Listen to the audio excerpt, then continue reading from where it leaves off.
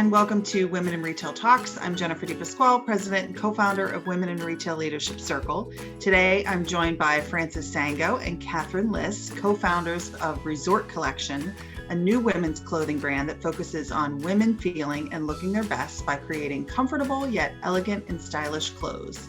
In this episode, we're discussing their experience starting a business during the pandemic, Resort's mission to help women look and feel good, and their favorite self-care rituals, and more. Frances and Catherine, thank you so much for joining me today. Thank you for having us. Thank you for having us. Of course, of course. So let's start, if you wouldn't mind, just tell us a little brief career history. Frances, let's start with you. Sure. I've been in the luxury fashion industry for about 23 years now. I like to joke that I started when I was 9, but that joke only resonates with people around my age. Otherwise, the millennials are like, oh, wow, she started really young. I love it. So not to date myself, but I have been in luxury fashion for 23 years and worked for some of the major powerhouses. I could pretty much say I started at Gucci, worked my way through Ferragamo, Bally, Furla, and even dabbled a little bit in tech and kind of, I guess, athletic leisure or athletic. I worked for Porsche Design, which had a collaboration with Adidas. But that job was in California and I live on the East Coast. So after 2 years of bi-coastal traveling, I decided to take a step back and kind of regroup and decide what my next moves were going to be. And I stumbled into consulting, which enabled some flexibility for me. I am a working mom of 3 children, and it worked out really great. It worked out better than I ever anticipated. So the consulting that I've been doing for the past 3 years has been really wonderful and rewarding. And most rewarding was during this time is when I met my partner, Catherine. So during my consulting gig, meeting Catherine and her very ambitious approach to life, every time we would talk about something, and I joke all the time, I'm like, oh, I like this straw. I wonder if, we come up with a better way of doing it. She's like, let's start a business. Next day, like, oh, I love these shoes. I think they could be better. Let's start a business. And so Catherine was very much the driving force behind let's start a business versus me. I think maybe just my mindset was more, get a job, have a good job, do the right job, accomplish, be successful in the role, and maybe continue to move on and grow within an organization. Starting my own business is I take my hat off 100% to Catherine, because if it wasn't for her, I probably would not be sitting here today. So that's my story in a nutshell. I can go on, but I'm saving that for the book. I love it. I love it. Catherine, how about you? Tell us a little bit about your career history. I know you guys both have fashion backgrounds. Of course. So I started within fashion design. So I started there, and then I noticed I was like, I can't sew for the rest of my life. I don't have the creative juices to do that. So I went to school for fashion business, and there I got my management degree. And right out of school, I started as a buyer. I really thought the idea of like purchasing, having, responsibility over money and inventory, like that's what excited me. But at the same time, I always wanted to start my own business. I knew that I needed to start in the industry to understand the back end of everything and how everything works, but always thinking what can I do to start a business? So I worked as a buyer and also have experience as account executive, 4.5 years in the fashion industry now. And then I met Frances, and we just, we got along really well, and we kept brainstorming. And finally, Rezort was born. So cool. So how did you guys meet? Because I know, Frances, you were consulting at the time. So how did you guys meet? This is actually still an industry secret. It will be until we fully go public. We met on the job. Catherine was a full-time employee at the company that am still consulting for. Yeah. And she, like I said, she was, I guess, working. It was we were spearheading the wholesale division. I was brought on to spearhead it, and Catherine was kind of there to help me and the entire department. And that's how we became very friendly. And I think it's also one of the things I think is very special about our partnership is, you hear a lot of people start a business because like they're friends or their relatives or this and that. Catherine and I became to know each other through a business. So we were first working on a business and then became friendly. It was, so a lot of the understanding of how we work as individuals was kind of passed before we decided to embark on this together. So I'm always really interested in co-founders. I'm a co-founder as well. And it's always interesting when you're putting these collaborations together, like how you figure out, who is divvying up the workload, right? Like who is an expert in this area and who is an expert in this area, and how can we stay out of each other's way, but collaborate at the same time? Precisely. Yeah. But I think we're also figuring that out. I think it organically has happened for Catherine. And we had a good understanding of each other's strengths going into this, just because we had worked together for 3 years. Yeah. Makes great sense. Well, let's talk about the business itself and the Rezort collection. So how did the idea to start the brand come about? What's the inspiration behind the brand? All of that fun stuff. Of course, this is Catherine. So the start of Rezort really came from the pandemic. Our lifestyles all changed. Now we were inside, now wearing loungewear, or most people wearing sweatpants, because it was like a shock. So we're like, okay, we know that people don't want to wear sweatpants and sweatshirts and hair on their top of their head for the rest of their lives. So how can we start a company that has both comfortable clothing, but also offer, stylish pieces? So that's how Rezort was born. And I think Frances will speak to more of the inspiration. Yeah, I mean, Frances speaking here. To chime in, I think it was, after the initial, like Catherine said, the pajamas all day, or just putting on a quick top because that's the only thing people saw doing during a Zoom. I started myself to kind of feel a little bit emotionally the same way my clothes were making me feel. And I've been in the fashion industry, and I know this is going to sound superficial, but I was the kind of girl who would take a audio call only in high heels because I felt empowered. So in doing that, in fact, I have my shoes on right now. In doing that, I said to myself, well, I can't just get on, put on a nice top and pajama pants. So Catherine, I fully agreed. I said, imagine if we kind of just took this comfort and had a little bit more of a refined approach to it, and perhaps even made modular clothing that were multi-use.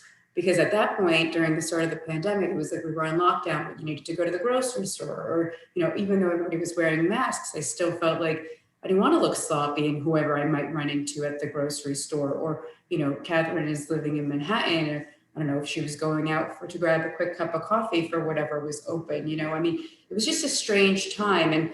And both of us coming from a fashion background, I think we wanted to kind of offer a little bit more linear, multi-use, because obviously everybody became panicked over spend and what life was going to be like. So could we offer a collection that enabled you to wear your t-shirt with your sweatpants, or also maybe your wide leg pant, and dress it up a little bit with some other items that we're offering in the collection. We have a dress that is a very multifunctional dress that you can wear with with sneakers and boots, or over the knee boots and big earrings, and kind of achieve a different look, but you can still sit on a Zoom with it or on your couch drinking a cup of coffee. Yeah. So it's really a lot of the inspiration. The collection is launching in May, is that right? We are hoping. Yeah. As you could imagine, there's it never goes as smoothly as you had hoped. Listen, I've been there. Yep. I So totally get it. May is definitely the launch date. We have a capsule collection, which we can get into in a little bit. But yes, May is hopefully the day that everybody will see all of Rezort. Yeah. So I love what you said. I mean, for so many reasons. I mean, there was this period of time, right, where, at least for myself too, I was jumping on Zoom calls, I was hair up in a bun, no makeup on. And I came to that same conclusion that you did. I was like, I don't feel good about myself. Who wants to, you're staring at yourself on a screen all day and you look like hell, right? And I'm like, this is not making me feel like I'm coming to the table as my best self too. So I completely get that there's a gap between comfort and fashion and kind of bridging that gap. So can you talk to us a little bit about how Rezort is bridging this gap, for women to look and feel good? And, given the appreciation for comfortable clothing, which we're all, still involved with the pandemic, but we still want to look good and look fashionable.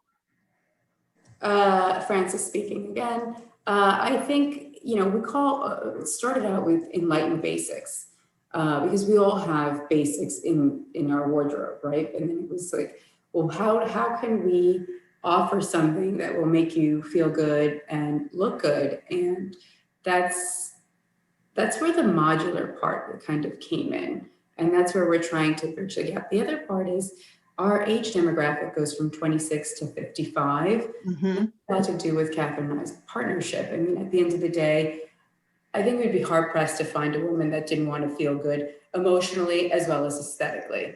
So I think that between this age gap of 26 to 55, we wanted to make sure that you can use our clothes and wear our line that would also kind of fall in line with your own personal style. So if you want to wear our t-shirt with your sweatpants because you're 27 with your bun on the top of your head and right.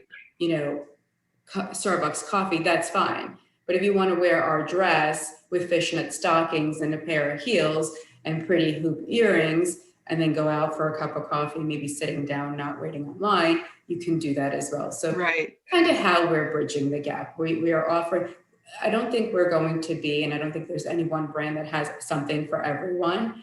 But I think that when the whole collection, we trust that when the whole collection comes together, you will see, and we've already seen and kind of put out some pictures to personal friends on how we've done that. Like we also offer a cardigan, but the cardigan is made of a sort of a sweatshirt material. So it looks a little bit more refined, and you're able to wear it with the sweatpants or the wide leg pant. So maybe I would wear it with the wide leg pant, or somebody else might wear it with the sweatpant or wear it with a hoodie. Yeah. So fun. Well, let me pivot the conversation a little bit. Talk to us a little bit about what it was like, being female entrepreneurs and launching during a pandemic. What kind of challenges did you face? Are you seeing any silver linings coming from launching during the pandemic? What was that all like? This is Catherine. So we've seen challenges, but we've learned a lot along the way. So we learned how to source material or things like that we haven't had to do in our previous careers, which is always an amazing thing as a business owner, is to know as many skills as possible, right? When starting a business. But during the pandemic, there has been delays in production. So, that would probably be the most, challenging. Also coming up with the right team to source and build your collection in the kind of the spirit that we're looking for, the enlightened basics, and the idea of core pieces that, the consumer can wear dressed up or down, and that multi-use function. So the silver lining definitely being learning lessons as we go.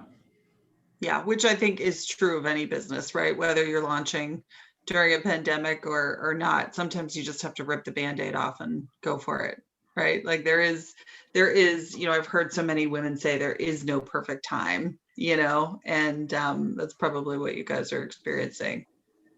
Yeah, this is Francis. I think also, to kind of piggyback a little bit more off of what Catherine said, we felt very strongly about was our product being made in North America. And in dealing with production, you are kind of swayed when you hear the price points and how much margin you can make if you are not making in America. So I think a silver lining would also be our position and being able to kind of pivot to what the climate is, yet kind of staying focused on what our end goal and result is. And that is, our North Star is building legacies, and that's what we want. And by doing so would be also being made in America. So I think there's a lot of silver linings. It's developing this collection for women, but it's the silver lining in a weird way, as she said, is also the challenges that we've been able to face and overcome. Mm-hmm. Yeah, I love that. Well, good for you guys. I love what you're doing. Well, tell us, I know COVID Essentials, there's a bundle that you guys are putting together to lend a helping hand to struggling restaurants, which I love. Tell us a little bit more about the bundle. And, I know so many of these businesses that have launched in this time are about giving back. And why is that important to you guys? So this is Catherine.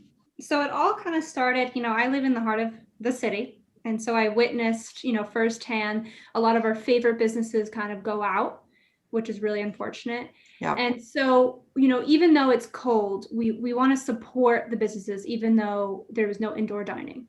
So I saw that many people started wearing blankets. And we're like, well, maybe, a bundle such as a hoodie and a blanket that is, stylish and refined in the way it's, it's gold embroidery, it's beautiful, so that, you're going out to maybe a nice restaurant, you can take out your hoodie, you can put it on, and you can also wrap yourself in the blanket. And so that was the inspiration. And then, going back to supporting local businesses, we are a small business and we are based in New York City. So why wouldn't we want to support others? And so that's the DNA of Rezort, giving back and feeling good with every purchase. That's great. Frances, any comments on that? I know it's important to you guys starting out to give back and helping these small businesses. Yeah, it's really important. And it's, Catherine manages the budget very, very carefully. I'm so grateful to her for that. So, that has always been part of every single budget conversation. We feel very strongly about our philanthropic approach. Every item that is sold from Rezort going forward, and hopefully we will expand to other categories that we're working on, not only apparel.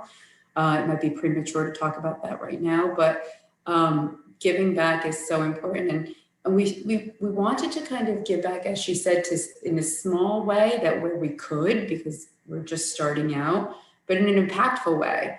Sure.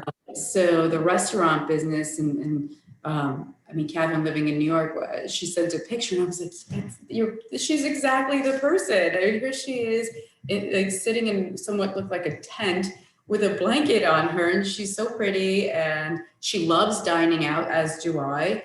And it's a shame. So it kind of, again, the COVID Essentials bundle speaks so much back to our brand. If you wear the hoodie and the blanket, you're going to look a little cuter than maybe, with your hat and a different color coat. And, here you have, again, this kind of more elegant, elevated approach. And the gold specifically was selected and is one of our colors because it's in the peacock, which is our logo. Yeah, tell me a little bit about the peacock. I saw that in your logo. How was that chosen? What does that mean to you overall? It means so much to us.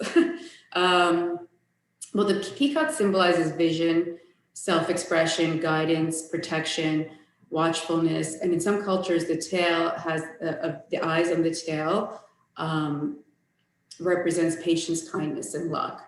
So these are all words that really Catherine and I embodied together as individuals and together. So when we worked with our graphic design team and told them that we wanted the peacock to really represent the brand, they were so patient and came up with, I don't even know, Catherine, 40 different iterations. Because the other thing was like, we don't want to look like NBC's Peacock fan. We need a representation of the peacock. And our name, Rezort. So when they came up with the R, we together loved it so much, because if you remove one component of that R, you would never know that it's an R. And it's very representative of Catherine and I. So the two of us, the R together in the spirit of a peacock, which embodies all of these words I just shared with you. it's kind of like her and I holding up each other, because without one, the other one can't exist. Oh, I love that sentiment. And yeah, and also the name of the brand that Catherine came up with, which was Resort, because like you said, we were born during the pandemic. And she was like, I just wish I was on a resort sipping a cocktail, like enjoying life. And I said, yeah, well, so do I. But then I said, well, we're going to have to resort to a different way of living too. So the word resort has two different meanings, and how kind of you interpret it exactly the way you interpret our clothing. Very cool. I love that. I don't know that people understand how much goes into, the discussion and the behind and the whys of launching a brand, even putting together a logo, as you were mentioning. Like, there's so many nuances that go into it. So I appreciate the thought, that goes into everything behind it. Well, let's just talk about. I know in this crazy COVID world, it's extremely important to talk about self-care. I know everybody says that and it's become like a go-to saying, but it actually is true, especially for females. So how do you guys tell me a little bit how you recharge, and do you have a favorite self-care ritual? What do you do to just kind of pull back and re-energize? This is Catherine. I would say power naps are my self-care. Really? Okay. During the weekday. Well, not so much. Let's say like after the workday, like a 30-minute nap to kind Really? of bring me to like the next portion of my evening, or definitely the weekends, or also really trying to get the 7 to 8 hours sleep each night. In Yeah. order to be like super productive the next day, I find that I really need the sleep. So that's my self-care. Okay. Cool. Francis, how about you? My self-care is Catherine. I feel like, I'm a working mom of 3 children. So I think kind of trying to escape, and in all honesty, I feel like Catherine helps remind me a lot of that. Like when she says, if you need sleep, or you need tea, or you need to relax, or maybe just like breathe, or, like Yeah. those are all things that I think, it's hard to pinpoint self-care for me. And that was actually the hardest question I thought of for myself. But I think that I recently, in my ripe age, started to work out regularly about 2.5 years ago. And I really enjoy that. And another part that I realize as a maturing woman is that part of me feeling good is really taking care of myself, and not to date myself, but once I see those grays coming in, I feel sad. So I need to make it to the salon, and that's some self-care. I need Yeah. to make it to get my nails done. I need to take out the time to, make sure that the reflection I see back in the mirror, I'm happy about. And like you even said in the beginning, it was the Zoom calls where we were like, what are we doing? Yeah. Yeah. So I think that my self-care is that kind of making sure that I'm taking time out for myself to do what makes me feel good. It is funny whenever I ask, because I have 3 kids as well. How old are your kids? I have a turning 17, just 13, and a 10-year-old, and I have a girl. So we have a variety. Okay. Yep. I'm in the same boat. It is funny when you ask women, like, what is their self-care practice? I mean, they really do have to dig deep and go, let me think about that, because we're always last on the list. It's just the way of the world. And especially when you're launching a business, when you're, caring for kids, all of the craziness, whatever, it's hard to pull that self-care in and take care of yourself first. So thank you for both for sharing. But I'm wondering, just as we wrap up, what are you guys most looking forward to this year personally, and of course for the Resort collection launch? This is Catherine. So personally, I'm looking, to really start our journey of success and, learning new skills and just really, propelling this brand to the next level. We want Resort to be a brand that's well known and that we have brand exposure. And that's the main goal of this year. I get it. What are you looking forward to personally, Catherine? I would say just like managing time a little bit more, focusing on like, the self-care, but also to keep everything else in order. business wise, personally, just giving a little bit more self-care time. Cool. How about you, Frances? I mean, for the brand, I'm fully aligned with Catherine with exposure. You know, we're really looking for exposure, but also for the brand, we want people to feel what we're feeling as we're building this. We want them to feel these emotions that we're feeling. We want them to feel empowered. We want them to feel good about every purchase we're going to give back, because sometimes, you know, it might not be so inclined to dig in your pocket for a couple extra bucks because you really, maybe you don't have it, you know, but knowing that whatever you buy from us, we're going to help support that. So we want it to be a feel-good purchase. And that's very important to me. And on a personal level, I think just because through my entire career, I don't want to say that I feel very happy and proud, but on a personal level, this is with the success of the resort, which we trust 100% it'll be such a personal satisfaction of mine, because I worked for so many brands and helped make those brands successful and had a personal hand in it. And then you kind of get this pat on the back, like, good job. You know, you get a year here, you know. So this, again, the personal satisfaction that I'm having and getting to experience from this. And then again, I'm definitely going to attribute so much to Catherine. We're distant in age, but close in our approach and in our ambition and vision for life. I feel blessed for this opportunity, and I really am looking forward to the future. Oh, so great. What a great way to end. Thank you so much, ladies. This was so fun, and we're pulling for you. We can't wait for the Resort collection to launch. Please keep us posted, and what a great year you guys have ahead of you. So thanks, ladies. Thank you. Bye. Bye. Thanks everybody for listening.